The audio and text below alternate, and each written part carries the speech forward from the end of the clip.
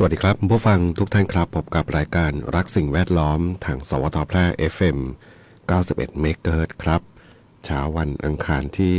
30กันยายน2568อยู่กับผมแสวงเปาเพชรเป็นผู้ดำเนินรายการครับเริ่มต้นกันในช่วงเช้าๆครับวันสิ้นเดือนสิ้นเดือนกันยายนแล้วก็เป็น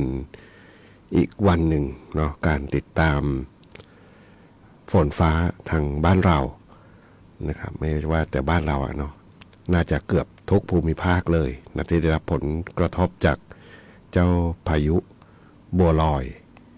นะครับที่จริงก็ปริมาณน้ำฝนเนาะอาจจะไม่เยอะมากนะแต่ว่าพื้นดินนะชุ่มน้ำหมดเนาะบางที่ไม่แค่ชุ่มน้ำภาคกลางลงไปเนี่ยนะปริมหมดแล้วล่ะนะปริมตลิ่งล้นจะล้นตลิ่งบ้างแล้วล่ะนะบางที่ก็นะล้นไปแล้วแหละนะท่วมไปแล้วนะมันก็ส่งผลกระทบนะค่อนข้างเยอะนะครับนะถึงแม้ว่าฝนที่ตกจากฟ้าลงมาไม่เยอะแต่ว่าน้ำที่ไหลลงมานะตามดอยตามป่าเขาต่างๆนะครับนะสิ่งที่ต้องติดตามกันเนาะหลายๆพื้นที่นะถ้าดูจากเรดาร์ฝนนี่ก็นะน่าจะสักเราช่วงบ่ายช่วงเที่ยงนี่ก็น่าจะกลุ่มเมฆกลุ่มนี้ก็น่าจะเคลื่อนขึ้นมาเนาะมาจากทางเดี๋ยวทางไหนทองแสนขันทางอุตรดิตถ์เนาะอันนี้เป็นเรดาร์เนาะเป็นลักษณะของการคาดหมายนะตามทิศทางลมนะใช้ดาวเทียมใช้ระบบอะไรไม่รู้เนาะมากมายที่เขาประมวลผลออกมาให้เราได้เห็นนะครับนะแต่ก็ถือว่าเป็นการคาดการณ์นะค่อนข้างที่จะใกล้เคียงนะมันไม่เป๊ะ100%หรอกนะเพราะฝนที่ตกจากฟ้ามาเนี่ยเราไม่รู้หรอกมันจะตกมาเยอะมาแยะตรงไหนนะเนาะบางทีมันอาจจะเคลื่อนตัวขึ้นมาเนาะก็เป็นไปได้ทิศทางต่างๆนะก็ต้องรอดูเนาะแต่ว่าที่น่าเป็นห่วงก็คือกลุ่มคนที่อาศัยนะบ้านเรือนอยู่ตามที่ลาดเชิงเขาต่างๆนะใกล้ลำธารน้ำนะพื้นที่ที่จะมีน้ำป่าไหลลงดอยมานะอย่างทางเด่นชัยห้วยไร่ทางร้องกวางเนาะทางจังหวัดน่านนะหลายๆพื้นที่เพราะว่าอิทธิพลของเจ้าพายุบัวลอยเนี่ยมันเฉียงขึ้นมาเนาะตั้งแต่ภาคอีสานเท่าที่เห็นข่าวเนี่ยก็ลามไปถึงอีสานใต้เลยเนาะทางสุรินทร์นะครับนะเคลื่อนตัวขึ้นมาเฉียงขึ้นมาเนาะนะครับนะทางสปปลาวเนาะเฉียดมาก็เจอทางจังหวัดเลยนะเลื่อนขึ้นมาอีกก็จังหวัดอุตรดิตถ์นะพิษณุโลกเนี่ยโซนนี้ขึ้นมานะเฉียดขึ้นไปทางน่านทางพะเยาเชียงรายนะครับนะก็จะส่งผลกระทบหลายพื้นที่ก็ต้องรอนี่ดูติดตามดูเนาะแล้วก็เตรียมความพร้อมไปถึงอาจจะต้องเก็บข้าวของบางคนบอกไม่ต้องเก็บแล้ว มันอยู่บนที่สูงแล้วเราปล่อยมันอยู่งั้นแหละเนาะนะเพราะว่าก็ต้องระมัดระวังกันอยู่เนาะนะครับส่วนภาคกลางไม่ต้องห่วงเนาะถ้าน้ำเหนือไหลลงไปสมทบนี่ก็เอาเรื่องบ้างแหละนะวันนี้พบกันเช่นเคยครับกับช่วงเวลาของรายการรักสิ่งแวดล้อมท่านผู้ฟังที่ติดตามรับฟังอยู่ครับอยากจะฟังเพลงบทเพลงเพื่อชีวิตก็สามารถที่จะแนะนำได้ครับทางโทรศัพท์054523 516ครับนะแฟนเพจก็พิมพ์คอมเมนต์ไว้ได้ครับกับช่วงเวลาของรายการรักสิ่งแวดล้อมครับ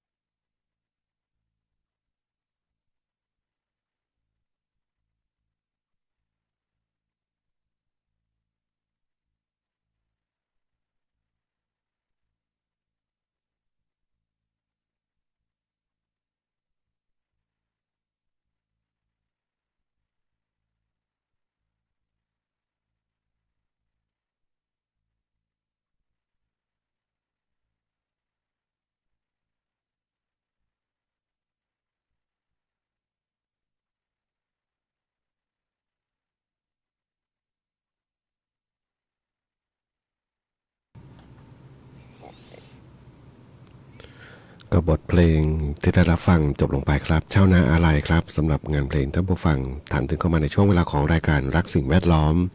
ทางสวทแพร่ FM 91 เมกะเฮิรตซ์ครับเป็นบทเพลงหนึ่งเนาะที่เป็นเพลงเก่าต้องบอกเก่าเลยผู้จัดรายการยังเรียนน่าจะระดับมัธยมเนาะม.ต้นนะครับเก่ามากเนาะสะท้อนปัญหาวิถีชีวิตเกษตรกรนะแล้วก็ยังคงเป็นมาอยู่จนถึงในปัจจุบันเนาะเกษตรกรที่ต้องทำงานหนักนะแล้วก็ใช้อะไรก็แล้วเป็นเรื่องของดินฟ้าอากาศนะในการทำให้ผลผลิตที่ได้ออกมาเนาะอีกด้านหนึ่งก็พ่อค้านะที่เราบอกพ่อค้าคนกลางเนาะซึ่งคนเราเนี่ยเขาไม่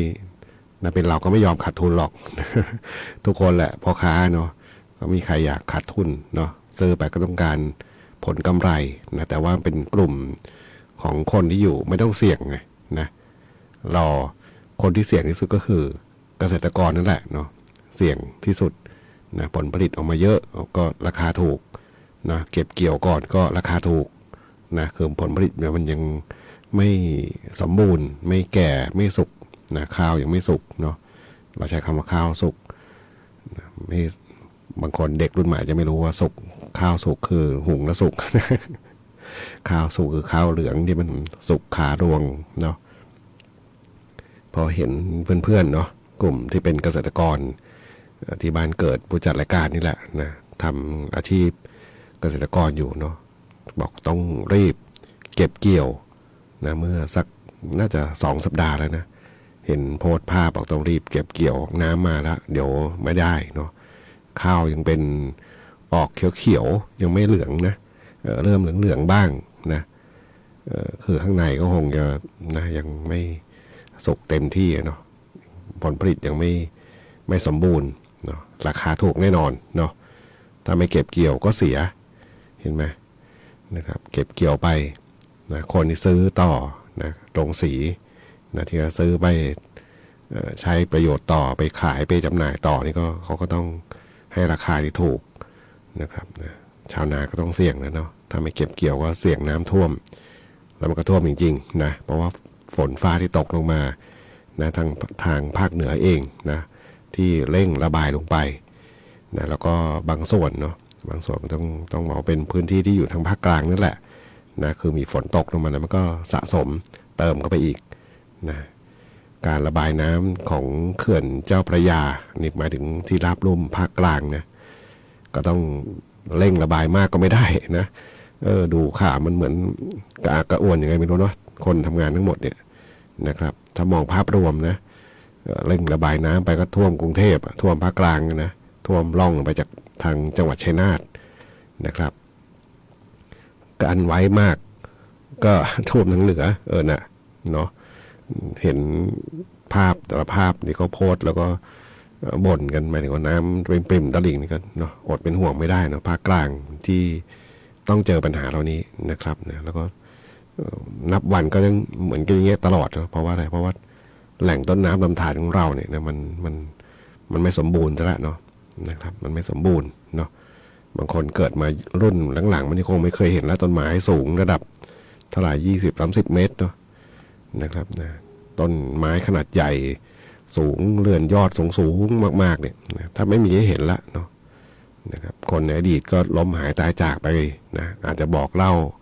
สู่รุ่นหลังรุ่นลูกรุ่นหลานเนาะนะครับนะบางคนบอกอะไรนะไปรับจ้างเลื่อยไม้ตัดไม้แล้วก็ต้นไม้ล้มลงมาแล้วเนี่ยนะหมายถึงล้มลงมายืนมันความหน้าตัดของต้นไม้เนี่ยมันสูงเกินคนเนาะแต่ถ้าว่าคนตัดสูงสัก160หน้าตัดของไม้มันมีรัศมีเส้นผ่าศูนย์กลางเนี่ยนะเกิน160 เซนติเมตรนะแล้วพวกไม้ใหญ่ๆนะไม้ที่อายุนะหลักหลายร้อยปีเนาะเดินยอดสูงมากพวกนี้เนาะมันก็คอยรับน้ำฝนในอดีตเนาะคอยรับแรงประทะจากฝนที่ตกลงมาเนาะแต่ว่าเดี๋ยวนี้ไม่มีละเนาะมันไม่มีให้เห็นนะมีน้อยมากนะถ้าที่มีก็จะมีถ้าไม่เห็นละ เห็นแหล่งท่องเที่ยวทั้งหลายทางภาคเหนือที่เป็น ถนนลอยฟ้าทั้งหลายเนี่ยไม่ว่าจะเป็นแพร่น่านเองเนี่ยนะเราจะไม่เห็นต้นไม้เหล่านี้ละเนาะมันไม่มีให้เห็นนะครับนี่คือสิ่งที่มันเป็นภาพรวมเนาะฝนมาก็ไหลลงดอยเร็วขึ้นนะลงมาแม่น้ำก็ช่วยกันผลักดันลงไปเนาะก็เป็นแบบนี้แหละ เล่าให้ฟังมาทั้งหมดแล้วหวังว่าวันหนึ่งเนาะก็ธรรมชาตินะก็บอกว่าไม่รู้จะเราจะปรับตัวทันหรือเปล่าหรือว่ารอธรรมชาติปรับไม่รู้นะต้องรอดูเนาะไปฟังเพลงกันก่อนครับกับช่วงเวลาของรายการรักสิ่งแวดล้อมทางสวทแพร่ FM 91 เมกะเฮิรตซ์ครับ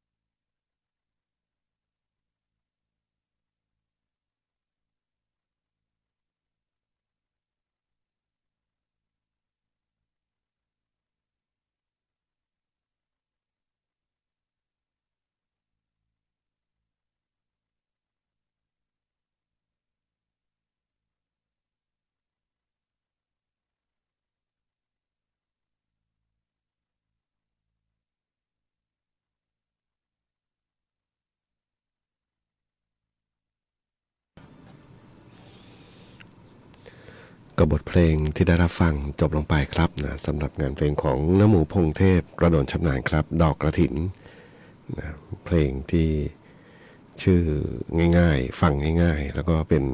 ถ้าเป็นต้นไม้กระถินบ้านเราเนี่ยเนาะก็เป็นพืชนะไม้ยืนต้นเนาะนะครับนะส่วนใหญ่จะปลูกกันริมรั้วนะเก็บกินกับลาบกับอะไรอร่อยหมด นะแต่มีผลบ้างนะกับคนที่เป็นโรคเกาต์นะยอดกระถินเขาบอกว่าคนเป็นโรคเกาต์นี่ต้องเลี่ยงหมายถึงว่ายอดสุดนะเอาไว้เด็ดออกนะนี่ฟังจากนักวิชาการสาธารณสุขเนาะเขาเคยมาจัดรายการเขาบอกว่าถ้าจำเป็นต้องบริโภคหมายถึงว่าเอามาคือมันมีประโยชน์แหละเนาะแต่ว่าไอสารไอเจ้าที่มีปัญหากับโรคข้อของเราเนี่ยนะก็คือมันอยู่ตรงส่วนยอดสุดนะก็เด็ดทิ้งแต่มันก็อร่อยซะด้วยสิ มันก็ต้องยอมรับมันก็อร่อยซะด้วยสินะ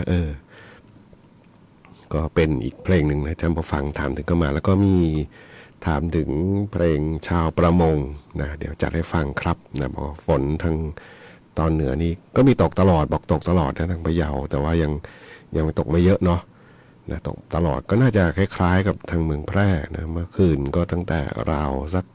3 ทุ่มเนาะ3 ทุ่มได้ออกมาปิดหน้าบ้านต่างๆก็มีฝนไปปล่อยเป็นลักษณะฝนหนาวนะฝนหนาวคือความกดอากาศสูงที่ลงมาเนาะก็จะกระจายไอ้เจ้าก้อนเมฆที่จากพายุบัวลอยเนี่ยลงมานะมันก็แผ่ออกมาเนาะนะเป็นธรรมดาแหละนะก็คือในอดีตเราไม่เห็นหรอกเรดาร์อากาศแบบนี้เนาะจะไม่มีนะเห็นก็ของภาพของกรมอุตุนิยมวิทยานะซึ่งก็ไม่ค่อยเป็นภาพที่ชัดเจนเท่าไหร่นักแต่โดยปัจจุบันเทคโนโลยีที่เราได้ใช้เนี่ยมันเห็นภาพปรากฏมาชัดเจนมากขึ้นนะมันอาจจะไม่ตรงเป๊ะ 100% แต่ว่ามันก็ใกล้เคียงทำให้เราได้เห็นภาพการเคลื่อนตัวต่างๆของพายุของกลุ่มเมฆนะเราก็พอที่จะเขาเรียกว่าคาดคะเนได้นะเนาะมันก็เป็นประโยชน์แหละเนาะเราจะได้รู้เรียนรู้ว่าทิศทางลมต่างๆเป็นยังไงแล้วก็ฝนจะตกยังไงแล้วก็จะได้อย่างน้อยก็ต้องป้องกันในระดับหนึ่งแหละนะครับก็เป็นข้อดีของเทคโนโลยีนะครับแต่อย่าไปทำให้มันตื่นตระหนกเป็นภาพนะหลายๆครั้งที่เห็นสื่อลักษณะแต่จะว่าบิดเบือนก็ได้เนาะทุกวันนี้สื่อพยายามใช้ยอดวิวยอดไลค์ยอดแชร์ยอดเข้าถึงไม่รู้เนาะทำทุกทางนะทำให้เข้าถึงเยอะๆไว้ก่อนนะสร้างให้เกิดความวิตกกังวลนะหวาดกลัวนะครับนะก็นะมันก็ส่งผลให้เกิดความเขาเรียกนะความลักษณะข่าวลือเนาะเป็นกลายเป็นสังคมข่าวลือไปหมดนะโซเชียลข่าวลือ นะธรรมชาตินี่ยังพอว่าเนาะภายธรรมชาติฝนฟ้าเนี่ยแต่ถ้าเป็นข่าวลือเกี่ยวกับความมั่นคงเกี่ยวกับความขัดแย้งของคนเนี่ยอันนี้ไม่ควรอย่างยิ่งเลยนะอย่างดูข่าวนะชายแดนแหละเนาะเพราะว่าเห็นกระแสหนึ่งก็นะพาดหัวโปรยหัวขึ้นมานะทำให้เกิดความขัดแย้งเกิดขึ้นระหว่างทหารกับชาวบ้านเนาะทั้งที่จริงไม่มีอะไรเลยนะมีแค่ตัวบุคคลบางคนที่อาจจะด้วยเขาเรียกนะอยากจะรักชาติมากเนาะจะทำอะไรที่มันเกินเลยเข้าไปในเขตที่เขาต้องป้องกันนะคิดในมุมกลับกันนะครับทหารเขาต้องทำหน้าที่ปกป้องนะทุกชีวิตแหละนะเขาไม่อยากเข้าไปเรียกว่าเสี่ยงอันตรายเนาะนะครับนะกว่าจะชี้แจงกว่าจะรู้เรื่องเท่าไหร่3 วันมั้งเนาะทั้งที่มันไม่ควรจะเป็นนะมันไม่ควรจะเป็นเนาะนี่เล่าให้ฟังเนาะสื่อทุกวันที่ทำให้เกิดความเข้าใจผิดกันก็มีไม่น้อยนะครับเห็นท่านผู้ฟังคอมเมนต์อยู่มีเรื่องของอะไรนะ Y36 ตลิ่ง 4.6 เมตรแต่ระดับน้ำ 5.88 ที่ไหนเนี่ยนะบ้านป่าคาปงพะเยานะครับนะก็อันนี้อยู่ไกลไกลมากเนาะก็ต้องรอติดตามนะครับนะกลุ่มเมฆฝนต่างๆที่เคลื่อนตัวเข้ามาแล้วก็น่าจะส่งผลกระทบบ้างแหละเนาะในพื้นที่ที่เป็น พื้นที่ชุ่มน้ำเดิมนะครับนะก็ต้องติดตามกันนะเรื่องของพายุฝนฟ้าในบ้านเราครับไปฟังเพลงของแฮมเมอร์ครับกับงานเพลงชาวประมงครับ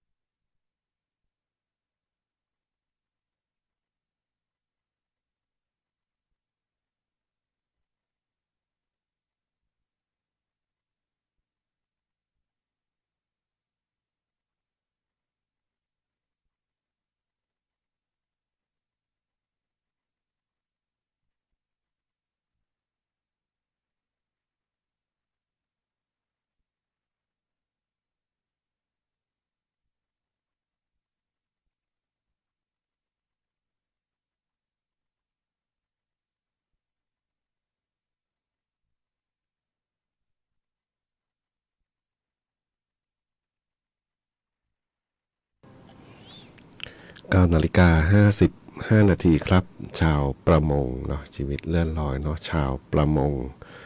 บทเพลงที่ท่านผู้ฟังถามถึงก็มาครับนะเห็นเพจหนึ่งเนาะที่นี่เมืองป๋งพะเยา